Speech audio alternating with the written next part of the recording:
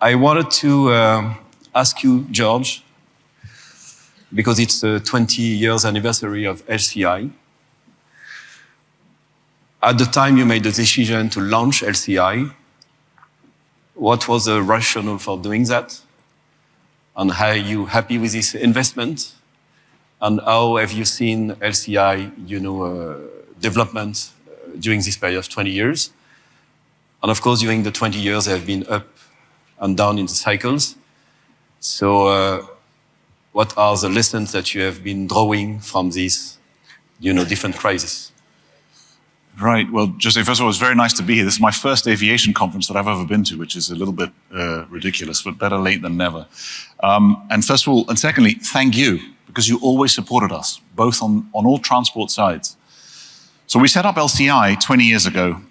At the time, Libra was set up, and the first investments that were made outside of shipping were made in aviation. And the original motive was that I remember reading an article in the Financial Times that was just very negative on aviation. At the same point as reading articles in the shipping press that were extremely positive about shipping.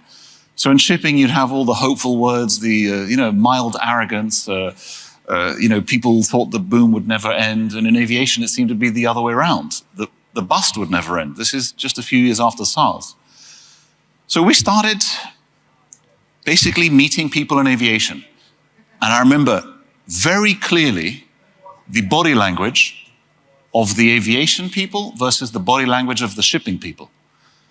So shipping had gone through a 4 or 5 year crisis, and it was recovering and booming, and aviation obviously was in a downturn.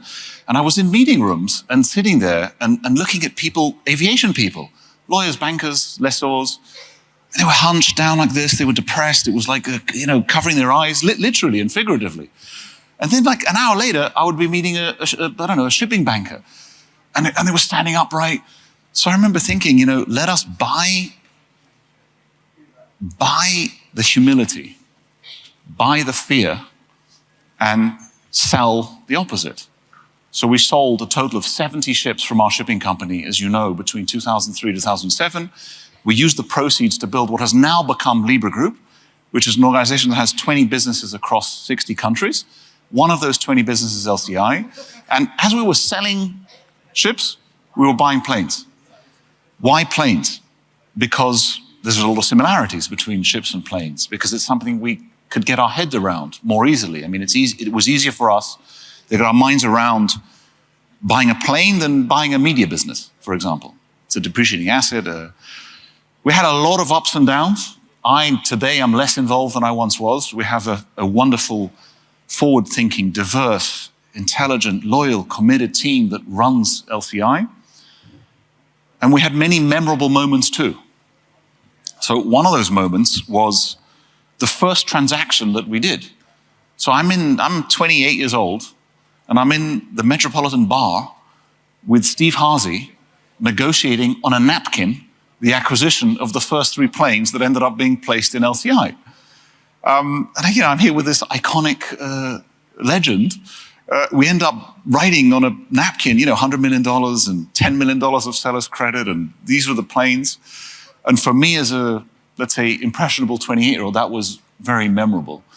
Another memorable moment was when we took possession of the first 777-300ER, which, by the way, was financed by you, so thank you for that. And I'd never been to Boeing before. And there's the delivery center, as everyone in the room knows, and I learned. And I walked out of the delivery center at the same time as the 777 was coming in. And as this huge piece of equipment is coming in, I get a phone call. And it's someone from our London office saying, George, we've just taken possession of the 777. And I'm like, man, I'm in front of this plane. And I'm thinking, how on earth did we acquire something so large? That was very memorable. And then I'd also give one other anecdote with our very good friends at Airbus. So as you may know, we sold our first fleet in November of 2007. And then darker times came for aviation, and we acquired a lot of planes. And I remember in early 2009, just post-financial crisis, the Libra Group board member that was responsible at the time for LCI came in to see me and he says, George, we need to speak. I said, okay, what is it? He says, Airbus have just called and they have 11 A330-300s with the lease to Singapore Airlines. We have 24 hours to take a decision. These are the terms. The terms were very attractive, but it was a $1 billion decision. And so I said, all right, Adam, let's change the environmental psychology. This is too big to discuss now. So we went to Starbucks across the street. We made a few calls. Yeah, we did. Really. And we decided that we would do it. And thanks to the grace of people that had faith in us, like your bank and other banks, we managed to deliver with Airbus. And in many ways, it was the solidification of what has become a very strong relationship with Airbus that has now gone into helicopters and maybe more. Right, Crispin? That's great. I mean, it's fascinating and it's very refreshing in the morning to listen to real stories. Before switching to this vertical takeoff landing and drones, you have invested into helicopter. I understand from conversation with your team that you've gone through the crisis, which has affected other leasing companies which were too heavy on the big oil and gas helicopter. You've gone through the crisis, okay. How could you explain that you have avoided, the oil and gas sector, and a number of leasing companies have gone Chapter 11. Yeah, and many of them, like 4 or 5. Well, I think in the cyclical industries like shipping and aviation, when it's good, it's sort of intoxicatingly oxygenating. When it's bad, it's toxically poisonous, right? And so I think being conscious of that, first of all, number one. I mean, when you're in the middle of a crisis in these cyclical industries, there's always an end to them, as there is a beginning. Second, it was the foresight, in many ways, I have to give credit to the LCI team here, that were created a very diverse portfolio that wasn't too dependent on oil and gas. I remember we also, again, it's going back to intel that we have in other parts of our group. So I remember we had at the time some oil and gas vessels. And something was just not right with them because they were earning huge amounts of money, but then staying spot for 3 weeks. And I remember being in a board meeting with our shipping team and saying, there's something wrong here. We should exit this. It's not right. There's no liquidity. The rates are too high. So we had IP insight from other parts of our organization, in this case, shipping, which helped frame the LCI discussions. We also had a great partner with KKR. So LCI partnered up with KKR, and they were sensible, and they acted as adults, didn't panic. And at the end of the day, every crisis is also an opportunity if you have the peace of mind. And so part of the construct of the overall organization was that of the 20 businesses, some are always doing well and some are always doing badly. So you have that perspective. We're not limited to tunnel vision. But again, in a crisis, stay calm, reflective. This too shall pass. No, I think it's great, and I just feel that you had a great sense of playing the cycle, shipping and aviation. As far as helicopter are concerned, we were very sorry that we could not support LCI on helicopter because before the oil and gas crisis, I asked one of my colleagues in my team to review this sector. It was at the time the oil and gas was at the peak, and all the big charts with, big oil company. I mean, no-brainer. But simply we just felt that it was too much concentrated on a single sector. And if the single sector is at the top, it's great. But if the single sector collapses, which was the case, then it become an issue. And also, José, what we liked about the helicopters, this is going back 12 years, was that there was a relatively low percentage of helicopters owned by leasing companies. So I think at the time, the plane numbers were 50%, and helicopters, I believe, was 6 or 7%. And so we just assumed that over a period of time, this would grow. Yeah. And now let's talk about a topic which is a very hot topic those days, and that's the eVTOL, the vertical takeoff landing. So I think everybody has been keeping interest into this sector. There are many players. Feeling is maybe some will succeed and maybe some will fail. So what was the rationale for you to invest into eVTOL? Is it also linked to maybe willingness to decarbonize your overall portfolio? I mean, what were the main rationale for that? So I think, first of all, we've tried as an organization to be as innovative as possible. Innovation is not just limited to absorbing deep tech, ordering eVTOLs. Innovation can just be, 20 years ago, what used to be a shipping company buying a plane. I mean, people thought we were crazy when we were buying hotels and investing in energy. And then, well, why don't you just stick to shipping, was what we were told. Innovation could be, 20 years ago, empowering young women. I was very proud yesterday to see the whole team of LCI and seeing, very healthy content of successful young and older professional ladies there representing us, a very diverse team. So before I answer the question, innovation is many things. And so we want LCI to be, first and foremost, an innovative lessor. And there is a whole innovative space out there that we think LCI can lead the way with. It's also part of the benefit of being part of Libra Group, where we get access to so much different information, innovation, IP from all over the world. I'm very proud. I spoke to the head of our shipping business on the way here this morning. And, we've piloted with a robotics company, which puts a robot underneath the hull and auto cleans the hull and uses AI to eventually learn that hull to do a better job. We've partnered with a carbon capture company, which actually uses limestone pebbles to suck carbon from the exhaust of a ship.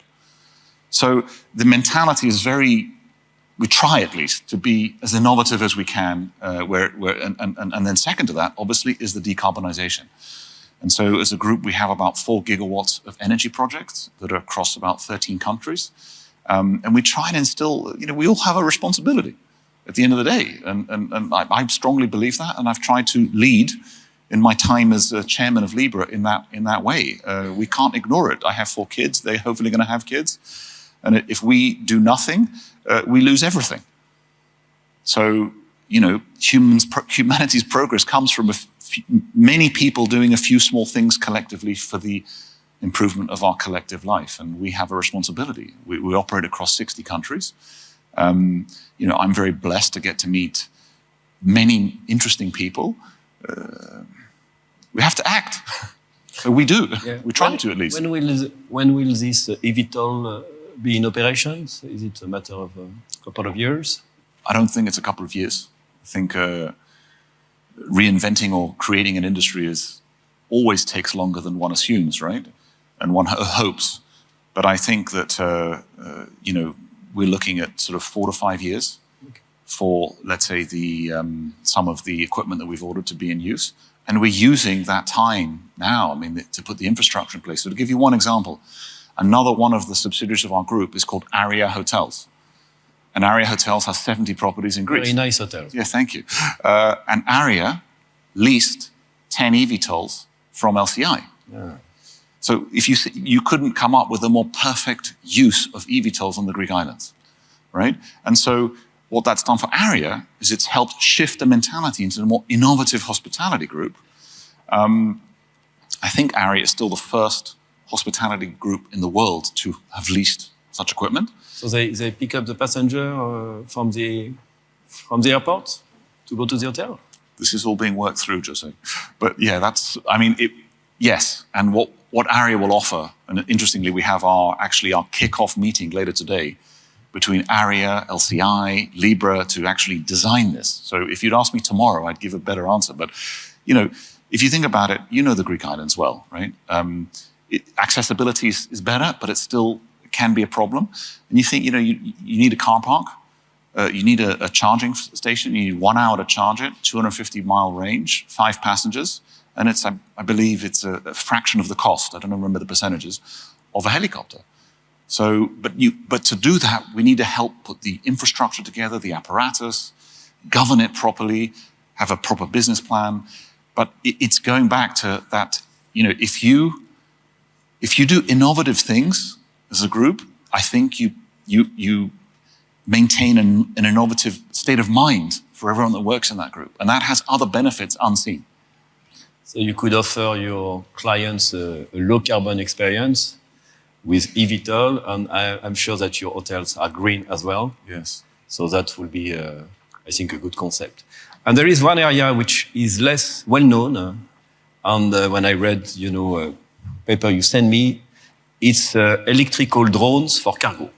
Yes. And I knew about this, but it's the first time that, I'm aware of one of our clients looking at this. So what was also the way of thinking and the rationale for investing into, I think it's a great idea. I mean, with Amazon and other guys like that. So again, it's trying to pre-own the future space.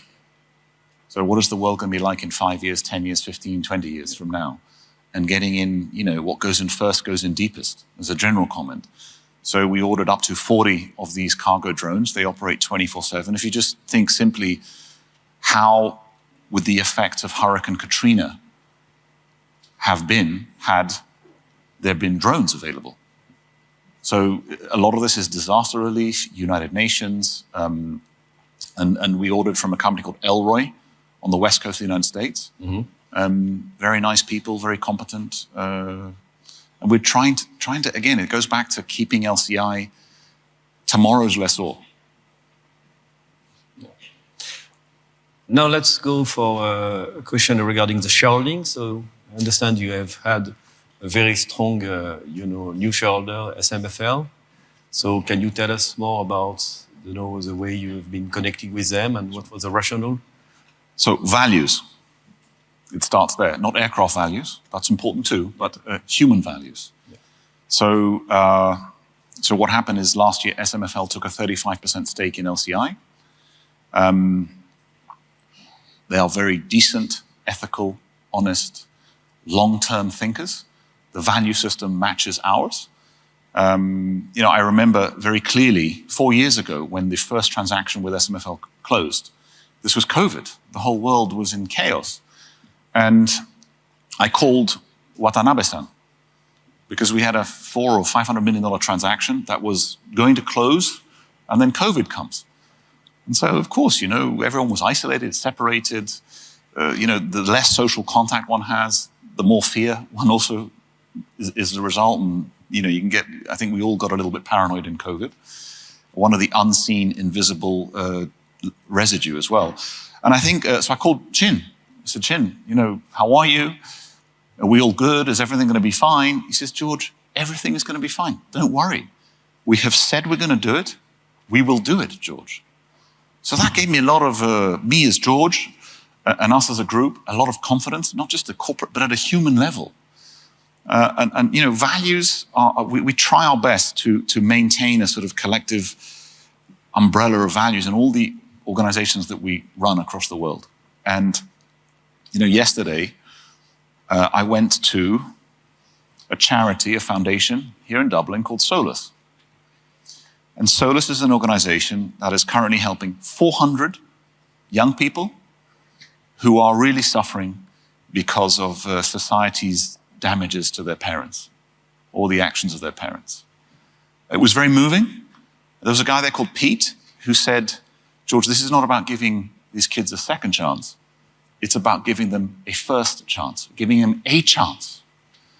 So we spent 1.5 hours there, and us as Libra and our, let's say, the leadership of our group, we wanted to be sure that in the future, as LCI grows and fulfills its business and grows with the help of SMFL, that the values are not diluted. We're still humans. The algorithms have a much higher invisible control over our lives than we care to appreciate. So yesterday, for example, I offered help to this organization, and one of the offers of help that I gave was, well, we have an aviation company here. Maybe, if I check with them, they would be happy to mentor some of these kids. And you got to understand that this is 10 minutes away from LCI's headquarters. So here, you're in LCI's headquarters and talking helicopters and eVTOLs and millions and whatever. And then 10 minutes later, you're in a place of, where people are doing God's work. And I as George and we as the leadership of the group would not want to be in a situation where some invisible algorithm overrides the ability for someone at LCI to go and mentor these young kids and maintain the value system that we spent so hard to create. So it started with values, José, and that's why that's the big reason why we did what we do with SMFL. So, if I could sum up, it is in the difficult times that you recognize your friends, in a way. And the COVID, I think, was difficult times.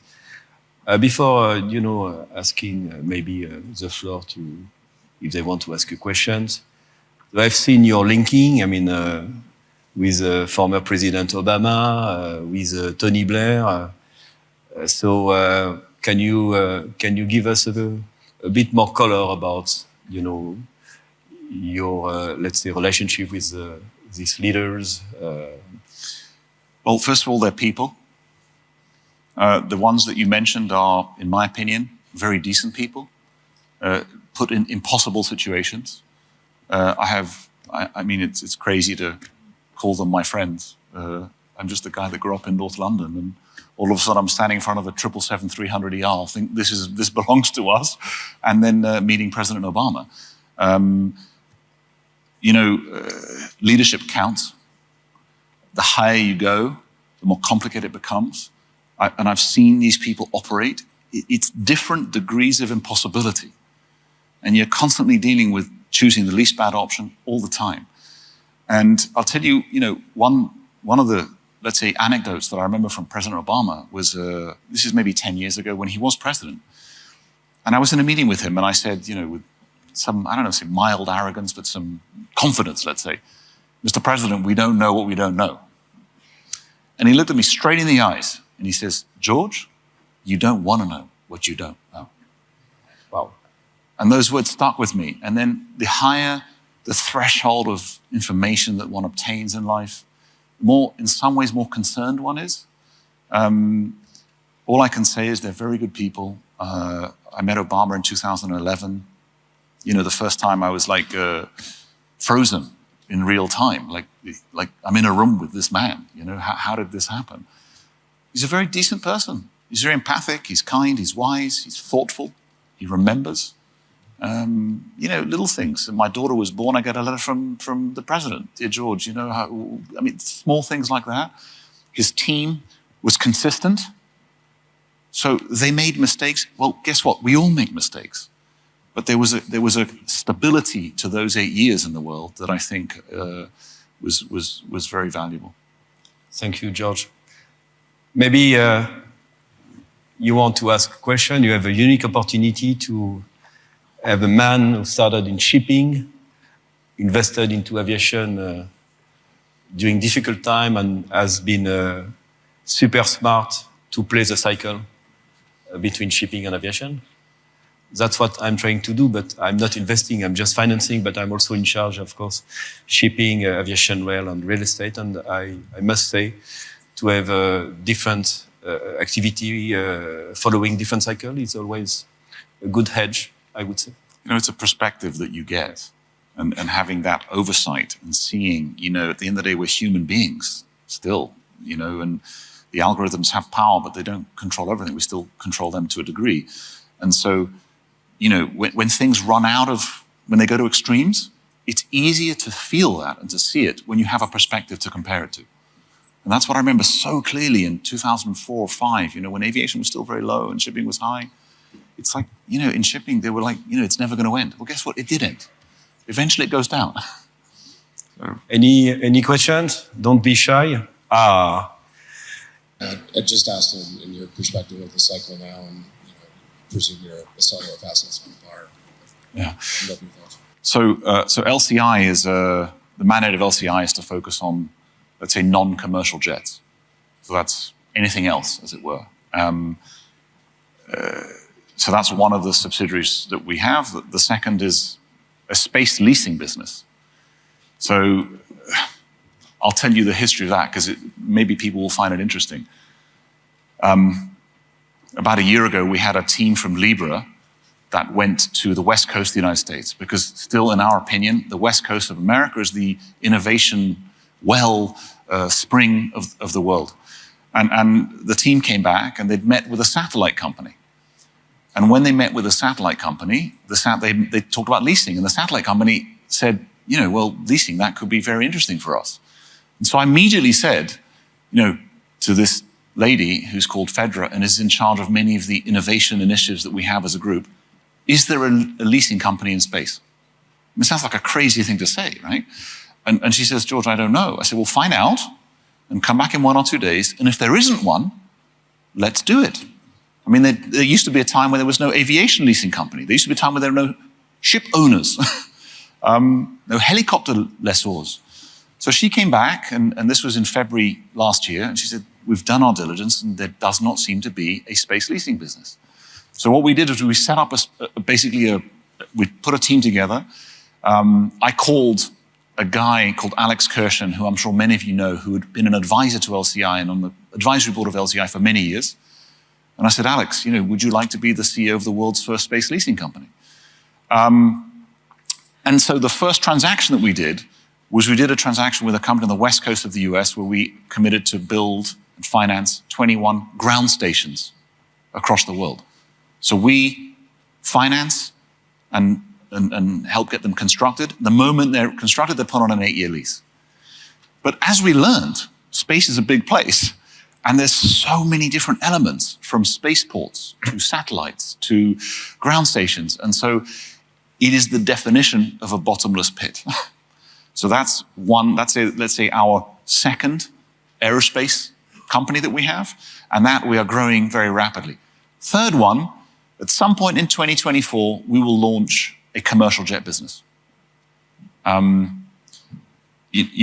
Because of certain conflicts that should be obvious, LCI is not allowed to buy commercial jets, so we will have a third one. And as an organization, if you look at the 20 businesses, then 3 will be in aerospace. In terms of the cycle, honestly, I'm a little bit removed from aviation. It's not like going to Boeing and taking delivery of a plane.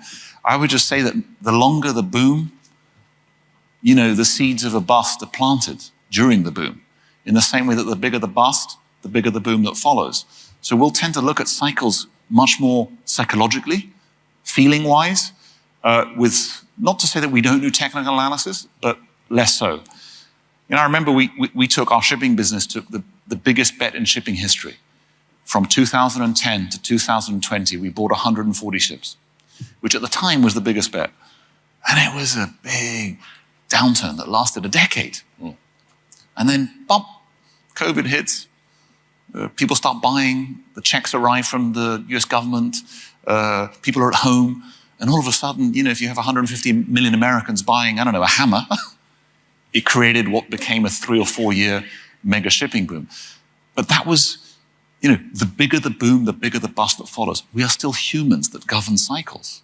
We still have the fragilities of fear and greed and emotions and the good and the bad. So being at Libra allows us to trust our feelings and not to get too siloed into the markets.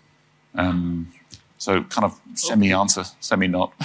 So thank you, George. It was very refreshing, in the morning. So, and we see a good attendance.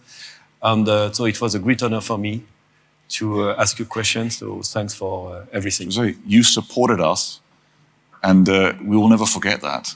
And to give us, as LCI and Libra, a $272 million loan facility in partnership with our friend and your good friend, Harold Browns, in March of 2009, I, as George, rank as one of the things that I'm most proud of with LCI, because that is it was like you trusted us. So thank you. I think we were right, and I'm impressed with all the innovation and all the investment, and also your philanthropic activities. Thanks, George. Merci. Thank you.